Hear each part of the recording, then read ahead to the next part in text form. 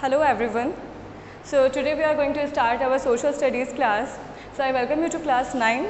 For all the students, those who don't know me, I am Megha Jain. So let's continue our social studies class.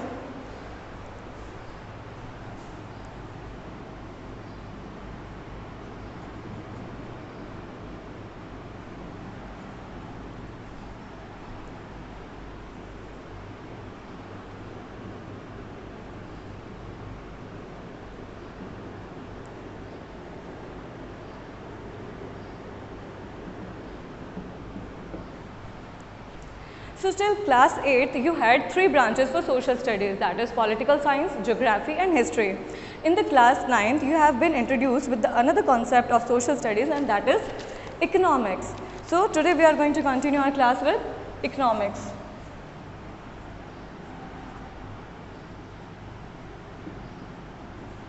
Now you must be thinking, what is economics? So in layman's language, economics is basically a branch of social studies.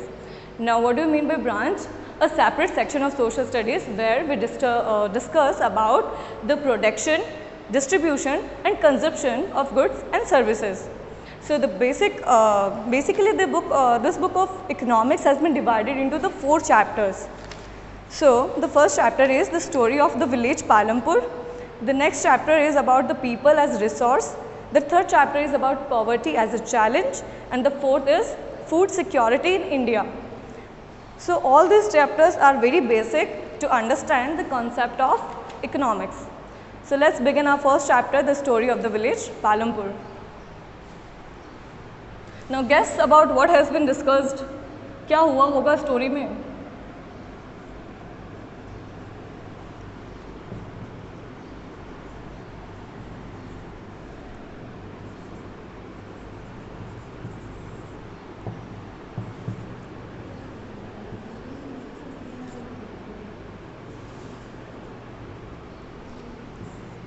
Okay. This story or our book says that it's a hypothetical story about a hypothetical village Palampur. Now I give you a task, so pause a video and go and search about whether the city like Palampur really does exist in India or not, because according to me it does exist. So let's start our chapter. The story of Palampur is basically given us to understand the small concept of production in a very simplest manner. So let's see what is there. The purpose of the story is to introduce some basic concepts relating to the production, and this we do through a story of hypothetical village called Palampur. As I already said, the story says us that the village is Palampur, the Palampur village is a hypothetical village, but I suggest you to go and search about it. So what is the main activity of Palampur? We know that 60% of the Indians are indulged in the agriculture sector. Similarly, farming is the main activity in Palampur, whereas several other activities also carried out like small scale industries, manufacturing industries, dairy farming, etc. These production activities needs various types of resources. We all know what are resources, basically sansadhan which we need to do some work. So we all know that to manufacture any product activity or to do any activity, we need certain source of resources, certain kind of resources. So similarly here also we need different kind of resources such as natural resources, man-made items, human efforts, money, etc. Now you all know what is natural resources and man-made resources. Natural resources is those resources which we get directly from the nature, and the man-made resources such as we create a kind of plastic or something like that, so they all come under man-made resources. Then the human efforts, obviously we need labor to work, because if a factory is there that cannot run on its own, so we really need some people to work on. So the other one is money. So basically what they are saying, we need a different kind of resources such as natural resources, man-made resources, human efforts and money for some sort of production activities.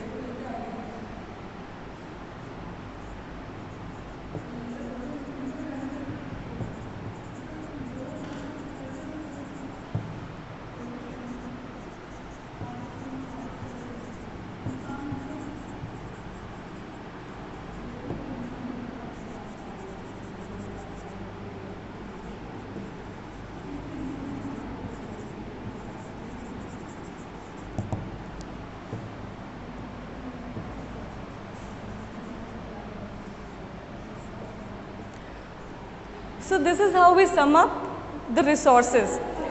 Now, as we read through the story of the Palampur, we will learn how various resources combine to produce desired goods and services in the village.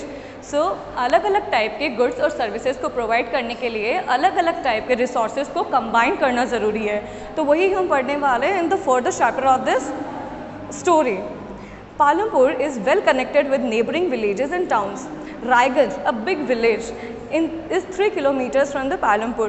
A all-weather road connects the village to Raiganj and further on the nearest small towns of Shahpur. So basically what we can see here is this village called Palampur is having a good network of roads. So that is how we can conclude that it has been connected to the various mainstreams of the town, like the different nearby cities and the small towns, etc., which is also be very useful for the transportation purpose, because we know the transportation is carried out with the roads and the railway networks. So many kinds of transports are visible on this road, starting from bullock carts, tongas, bogies, wooden cart drawn by the buffaloes loaded with jaggery and other commodities, to motor vehicles like motorcycles, jeeps, tractors and trucks, etc. So that is how we have already concluded that it is a city which is well connected with the nearby places, so it provides us the facility of various transportations. This village has about 450 families. Okay, now the other section, the next and the third paragraph of this story tells us about the people who live there, means which caste people live there, how many families do they have, upper caste and lower caste. So just have a look at it. This village is about 450 families, so approximately 450 families live in this village, so we can estimate what could be the area. The 80 upper caste family own majority of land in villages. Now, I have already told you in the earlier class, in the previous classes where we have studied in the 8th class, like the concept of upper class and the lower class. Like the upper class people are considered the high caste people and they are more rich as compared to these poorer class, and the lower caste people who are also known as Dalits, they live in, upper caste people live in good houses made of cements and all. Now these small class people, Dalits and all, etc., live in a small house made of mud and etc. So this is the concept which has also been described here, that the approximately 80 families live in the upper class and the good houses made of cement with more facilities, and the rest of the families live with the other class in the mud houses, etc. It also says that this city have a good electric connection and electricity powers, and all the tube wells in the fields is used in various types of small businesses. Palampur has two primary schools and one high school. So this is how we can conclude that there is a primary health center run by the government and one private dispensary where 6 are treated. Okay, so what we can conclude from here is that the basic facilities, or we rather say the basic amenities. So the basic facilities such as house facility,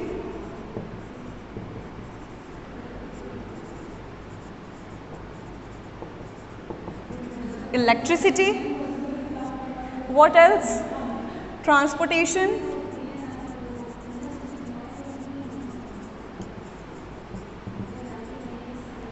what else? We saw the tube wells, so water facility is also available.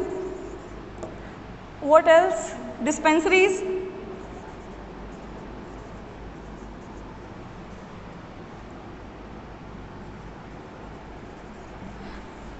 last but not the least, schools, which is also another part of development of our country. So all these basic facilities are available in the city of Palampur. So we can say that yes, the basic amenities are well provided in this city.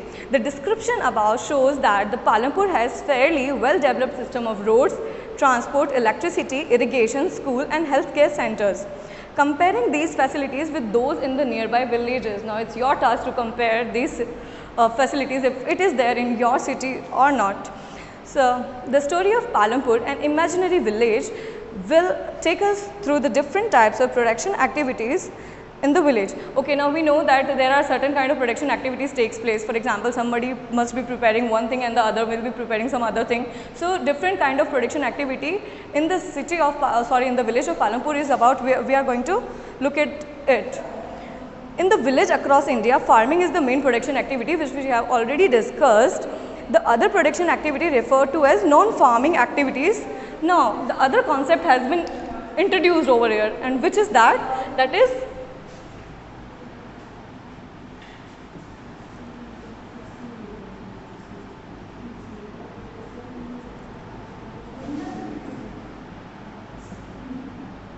okay. So first is activities. We know what is activity. Anything which we do comes under activities. Now the activities has been further divided into farming activity and non-farming activity.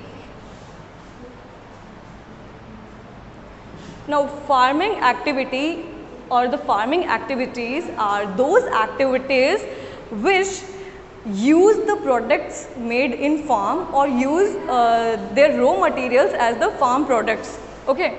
So for all the production activities whose raw material comes from the farming activities or the direct material comes from the farming activities comes under farming activities. Now what is non-farming activity? Non-farming activity includes small manufacturing, transport, shopkeeping, etc. So let's take an example of shopkeeping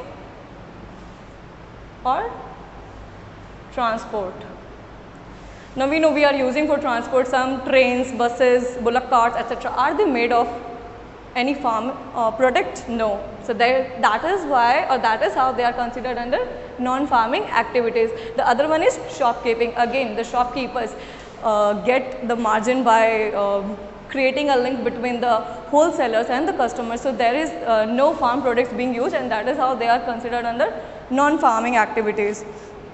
So we shall take a look at both of these types of activities after learning a few general concepts about production. So अब हम in production concepts के बारे में पढ़ेंगे और इन दोनों activities के details भी पढ़ेंगे, बट कब पढ़ेंगे? जब हम प्रोडक्शन के कुछ कॉन्सेप्ट्स को सॉल्व कर लेंगे. So by now you know what is production. Making of anything is production. Now we understood that the Indian system is more prone to agricultural production system. So let's see about the concept of production, or rather say organization of production.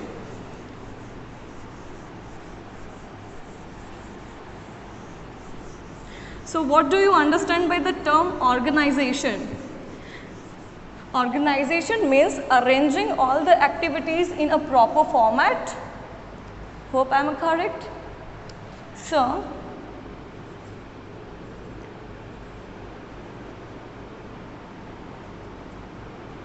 organization of production. Okay.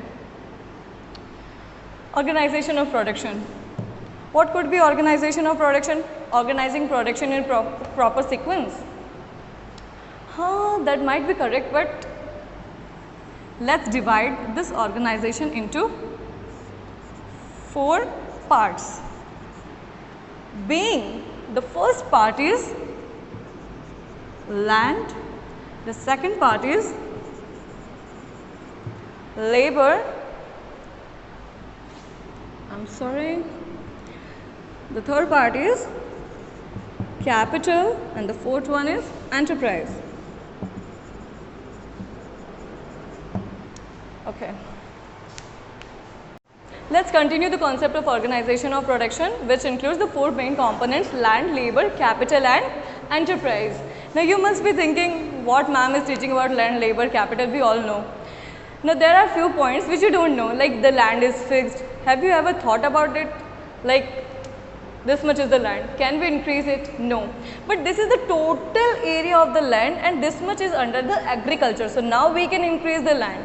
So there are various concepts which will be explained in the process or in the components of the production, where land stands first. For now, land will act as a natural resource. which is free gift from nature. Also it tells us that along with land we also need water, forest and minerals.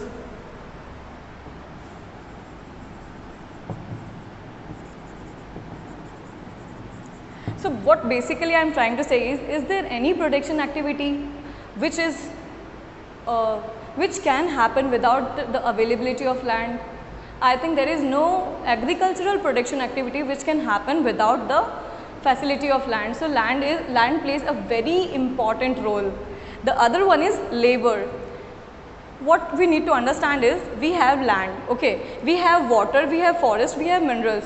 Can these things work on its own? No, these things cannot work on its own. We really need human efforts for this, which we get in the name of labor. Now you must be thinking, what is labor? Labor are, in the layman's language, workers or workers, those who work for us. So what we will do? We will engage these workers on this land to make production activities successful. So this is how labor also becomes an important part of production activity. Now the third one, we move on to capital, or rather say the physical capital. Now the physical capital, what it must be? In the layman's language, in the common language, we can alternate this word or alter this word with money in some sense, okay, in some sense. So what we will labor work for free for us? No, the labor are not going to work for free, because they also need money to survive. When they need money to survive, then we have to engage some sort of money in this production activity so as to get done the production activity. So this is basically, this is how I call it money. So now it has been divided into two parts. Physical capital has been divided into two parts, that is fixed capital and working capital. Now are you familiar with the term of fixed capital and working capital? Fixed, by the name itself we can understand it very clearly, that the thing which is fixed, which is not moving, and the working means which will go with the flow. So now fixed, which will not move, it will be spent as per the requirement. So what would be the examples for the fixed capital? Like for this school or this class, the board, the whiteboard is the fixed capital, okay, whiteboard. Now what will be the working capital? The working capital is the ink which is available in this pen. So this was the case of class, okay. So in the similar sense, we can make out in the production activity what could be the fixed capital and what could be the working capital. For the fixed capital, we can take the example of the big machines which we use, the plant and the machinery which we call in the layman's language, or the big buildings or the big trucks which we involve, which carries a huge amount of money. So fixed capitals are those investments in a production activity which carries a huge amount of money with it, like a big money has been invested in the trucks, in the buildings, etc. for the production activity. Now what could be the working capital? All the raw materials, the salaries, the wages, the electricity bills, the water bills, etc. which has been paid to carry out this production activities are termed under the working capital, or the concept of the working capital. I hope I am very clear with this concept, that what is working capital and what is fixed capital. Okay. Let's come on to the next part, which is enterprise. Okay. Will money automatically go to laborers and will laborers automatically go to land? No. For this we need another part of, or another component of production, that is enterprise. Enterprise, or the person who holds this enterprise, is an entrepreneur. So this entrepreneur, what he will do, he will combine the efforts of all these three to carry out the main activity or the main purpose, which is production. Now let me read out. Here is the fourth requirement too. You will need to knowledge and enterprise to be able to put together land, labor and physical capital and produce an output, either to use yourself or to sell it in the market. So what does entrepreneurs do? They will help in carry out the activity, production activity, either for their self use or for to sell them in the market. Now nowadays it is also called human capital, because obviously this enterprise is not going to work on its own. Again, it requires some humans to work on it. So human capital. So we can alter the name of enterprise with the human capital, but if anybody asks you the concepts or the components of the production, we will go with land, labor, capital and entrepreneur. So this is how we conclude today's chapter. So basic concept of production gives us the land, labor, capital and enterprise. So finally concluding, land, the natural resource, being very important for the production activity, because without land we cannot produce anything. Next, we need laborers to work on this land to get us the production activity done. Next one is we require capital to pay for the laborers, and then laborers will work on the land. And finally, we need entrepreneur or the human capital to combine the effort of all these four to get the production activity done. Every production is organized by combining land, labor, physical capital and human capital, which are known as factors of production. So we can also say, instead of organization of production, factors of production.